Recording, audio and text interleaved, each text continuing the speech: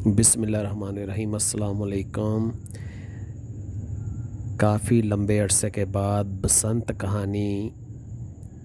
میں حاضر خدمت ہوں۔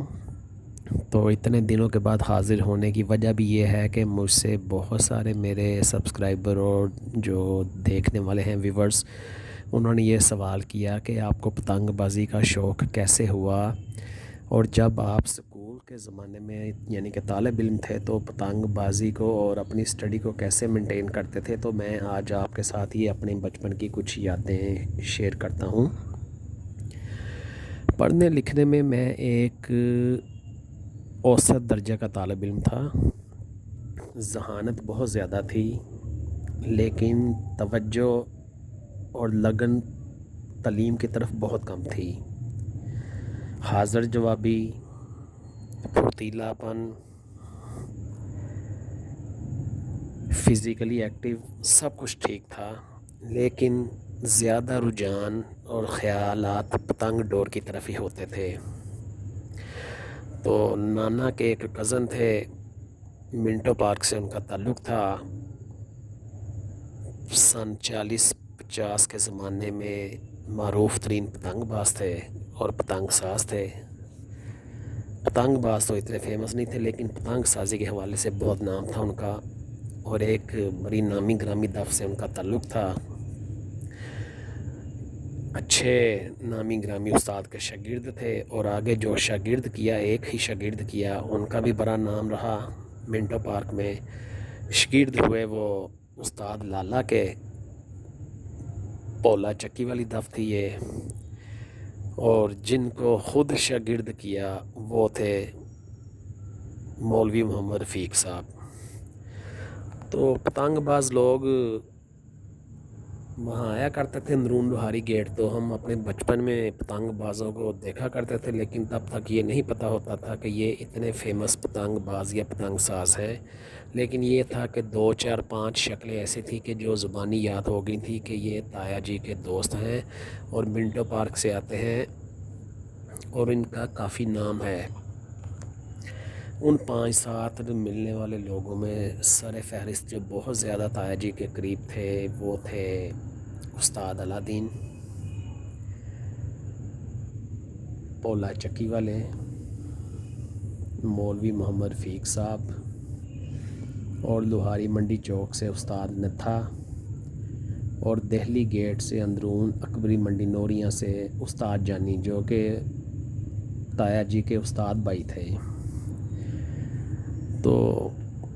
وہ ان کو پتنگ بناتے دیکھ کے پھر وہ زیادہ جستجو پیدا ہوئی، زیادہ شوق ہوا کہ ہم بھی پتنگ بنانی سیکھیں۔ لیکن یہ ہوتا تھا کہ وہ جو ہمارے بزرگ تھے وہ پتنگ بناتے وقت پاس نہیں بیٹھنے دیتے تھے، اور اگر ہم جب کبھی غلطی سے پاس بیٹھنے کی کوشش کرتے تھے ان کے، تو وہ جو پتنگ بنانے والا شتیر ہوتا ہے وہ اس کی چپڑی پکڑ کر تو ٹخنوں پر مارتے تھے، جیسے کہ ہم پنجابی میں کہتے تھے گٹوں پر کے اٹھو ادھر سے جاؤ، میرا کام سے توجہ ہٹ جاتی ہے، یہاں میرے پاس نہ بیٹھو، جاؤ اپنی جا کے پڑھائی کرو۔ تو یہاں سے یہ شوق پڑا۔ پھر یہ ہوتا تھا کہ اب وہ ایک بھائی نے پوچھا کہ جب آپ اسکول یا اکیڈمی یا ٹیوشن ہوتے تھے تو پھر وہ کیسے مینج کرتے تھے؟ تو بھائی جب یہ سردیوں کے دن آتے تھے تو یہ سمجھ لو کہ یہ جنون ہر طرح کی ایکٹیویٹی پہ حاوی ہو جاتا تھا۔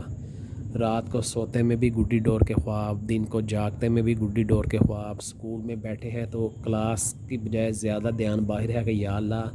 کھڑکی میں سے کوئی گڈی پتنگ اڑتی ہوئی نظر آ جائے، یا بہانے سے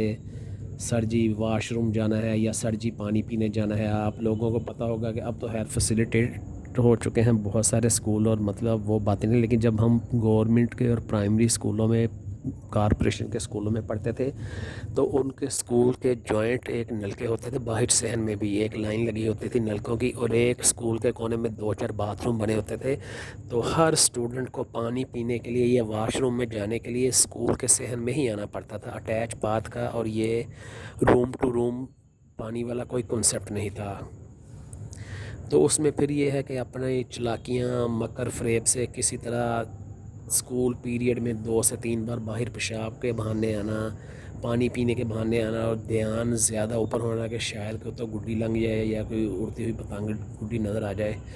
تو بسنت کے دنوں میں بھی یہی حال ہوتا تھا کہ بسنت سے 2-4 دن پہلے نوٹس مل جاتا تھا کہ اسکول اگر جو نہیں آئے گا اسٹوڈنٹ تو اس کا نام اسکول سے کاٹ دیا جائے گا۔ تو پھر وہ دل میں جتنی بد دعائیں ہوتی تھیں وہ اپنے استادوں کو اور اسکول کے ہیڈ ماسٹر کو دیا کرتے تھے، اور جب وہ اسمبلی ہوتی تھی اسکول کے باہر صحن میں بسنت والے دن، تو نہ دعا کی طرف دھیان ہوتا تھا، نہ وہ پریڈ کی طرف دھیان ہوتا تھا، صرف نگاہیں آسمان کی طرف ہوتی تھیں، اور دل ہی دل میں بد دعائیں دیا کرتے تھے کہ اوپر سے کتنی گڈیاں گزر گئی، ہمارے گھر کے اوپر سے پتہ نہیں کیا کیا کچھ گزرتا ہوگا، اور ہم یہاں اسکول میں پھنسے بیٹھے ہیں، پتہ نہیں 5 گھنٹوں میں ہمارا گڈی ڈور کا کتنا نقصان ہو گیا ہوگا۔ تو اسی شش و پنج میں پھر جب اسکول کی بیل ہوتی تھی تو یقین کریں کہ ہماری بھاگنے کی وہ سپیڈ ہوتی تھی کہ اگر اس وقت اور اس زمانے میں ہرن بھی ہم سے دوڑ لگا لے تو شاید ہم ہرن سے جیت نہ سکے تو اس کو ہرا بھی نہ سکے، یعنی کہ اس ہرن کے لیول کی دوڑ ہوتی تھی۔ اور بستہ اٹھا کے گھر کا گیٹ داخل ہوتے ہی بستہ پھینک کر بغیر شوز اتارے سیدھا چھت پہ، اور یہ جنون پن کی یہ انتہا ہوتی تھی کہ نہ کھانے کا ہوش نہ پینے کا ہوش، اور تھوڑے پیسے ملتے تھے، کسی اسٹوڈنٹ کو 8 آنے ملتے تھے اس زمانے میں، جو کہ بہت زیادہ فنینشلی اسٹرانگ تھا اس کو 1 روپیہ ملتا تھا، اوسط درجے کے لوگوں کو 4 آنے ملتے تھے، جو ذرا کمزور گھرانوں کے لڑکے تھے کسی کو 10 پیسے کسی کو 15 پیسے، لیکن وہ 10-15 پیسے کا بھی کچھ نہ کچھ آپ کو کھانے پینے کو مل جاتا تھا۔ تو یہ اس طرح کے زمانے تھے، وہ تعلیم کی طرف دھیان کم ہو گیا، کھیل کود کی طرف زیادہ دھیان ہو گیا، جنون بڑھتا گیا، اور اس میں پھر یہ ہے کہ اپنے شوق کو پورا بھی کیا، لیکن یہ تھا کہ ہم پتنگ بازی کی ہسٹری میں وہ لاسٹ جنریشن تھے کہ جنہوں نے باریک ڈور کے اور 60 گٹھی اور 4 گٹھی پتنگوں کے مزے لوٹے ہوئے ہیں۔ اس کے بعد یہ 96-97 کے بعد سے ایک دم سے پتنگ بازی کا ٹرینڈ چینج ہوا، موٹی ڈوریں بڑی پتنگیں بننی شروع ہو گئی، ہر ہوا میں 5 گٹھی سے بڑی پتنگ اڑانی، 6 گٹھی اڑانی، تو پھر وہ یہ سارا کچھ چینج ہوتا گیا۔ تو یہ میرے بھائیوں میں آپ کو یہ بتا رہا ہوں بذریعہ اس کے بسنت کہانی، کیونکہ اس طرح سے ہمارا بچپن گزرتا تھا۔ 4 آنے روز کے پاکٹ منی کے جمع کر کے جب 10-15 روپے جمع ہوتے تھے تو 6 گوٹ کا پنا آ جایا کرتا تھا 15 سے 20 روپے کا، جو کہ 12 سنگل کا کہہ کر ہمیں دکاندار دیا کرتے تھے۔ تو گڈی شڈی لوٹ لیا کرتے تھے، اگر گڈی خریدنے کے پیسے نہیں ہیں تو ان زمانوں میں ہمارے بچپن میں ایک صوفی سوپ صابن آیا کرتا تھا، اور ایک اور صابن آتا تھا کپڑے دھونے والا 707، تو ان کی جو پیکنگ والے پلاسٹک کے لفافے ہوتے تھے ان کو چھری سے کاٹ کر جارو کے تیلے جوڑ کر کچھ چھوٹی موٹی گڈی بنا کر اڑا لیا کرتے تھے، یا پرانا اخبار پکڑ کر اس کو کاٹ کر گڈی شیپ میں کاٹ کر تو شرلا سائز کی یا وہ 4 آنے سائز کی گڈی گھر میں بنا لیا کرتے تھے، ٹیری میری جیسی بھی بنتی تھی۔ تو یہ اس طرح سے شوق پکتے پکتے پھر یہ ترقی ہوتی گئی، پھر معاملات یہاں تک آئے کہ جی بھر کر پتنگ بازی کی، پتنگ بازی کا انتہائی عروج بھی دیکھا، اور 16-17 سال سے 18 سال سے انتہائی زوال بھی دیکھ رہے ہیں۔ تو یہ چیزیں بتاتے ہوئے خوشی بھی ہوتی ہے آپ لوگوں کے ساتھ شیئر کرتے ہوئے، لیکن سم ٹائم دل بہت سخت اداس اور بے چین بھی ہو جاتا ہے کہ یہ ایک دفن ہوئے مردے کو دوبارہ سے اکھاڑنے والی بات ہوتی ہے، تو دل کے جو زخم چھل جاتے ہیں۔ تو یہ میرے بھائیوں، یہ میں آپ کے ساتھ یہ کہانی شیئر کر رہا ہوں کہ ہمارا بچپن اور اسکول کے زمانے میں پتنگ بازی اس طرح کی ہوتی تھی، اور اس طرح سے ہم نے پتنگ بازی کی۔ امید ہے کہ آپ کو یہ چیز پسند آئے گی، اگر پسند آئے تو دوستوں کے ساتھ شیئر کریں، اس کو سبسکرائب کریں اور لائک کریں، اور بھائی کو دعا میں یاد رکھیں۔ پھر کسی اور مزیدار سے ایپیسوڈ میں کبھی آپ سے ملاقات ہوگی، تب تک کے لیے اللہ حافظ۔